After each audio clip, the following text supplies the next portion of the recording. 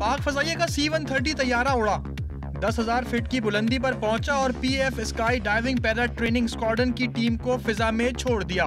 Team के 13 अरकान ने महारत से पैराशूट्स खोली और फिजा में तैरने लगे।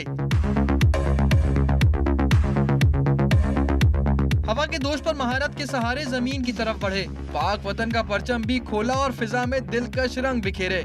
आखिरकार भरपूर जिस्मानी और ज़हनी सलाहियतों का मुजाहिरा करते हुए एक एक करके जमीन पर उतर गए।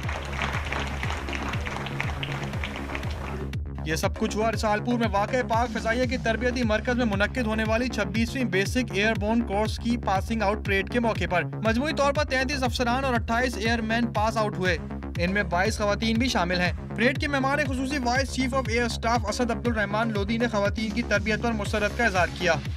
I am very happy to note that today 22 lady officers from the 3 services have also successfully completed the course.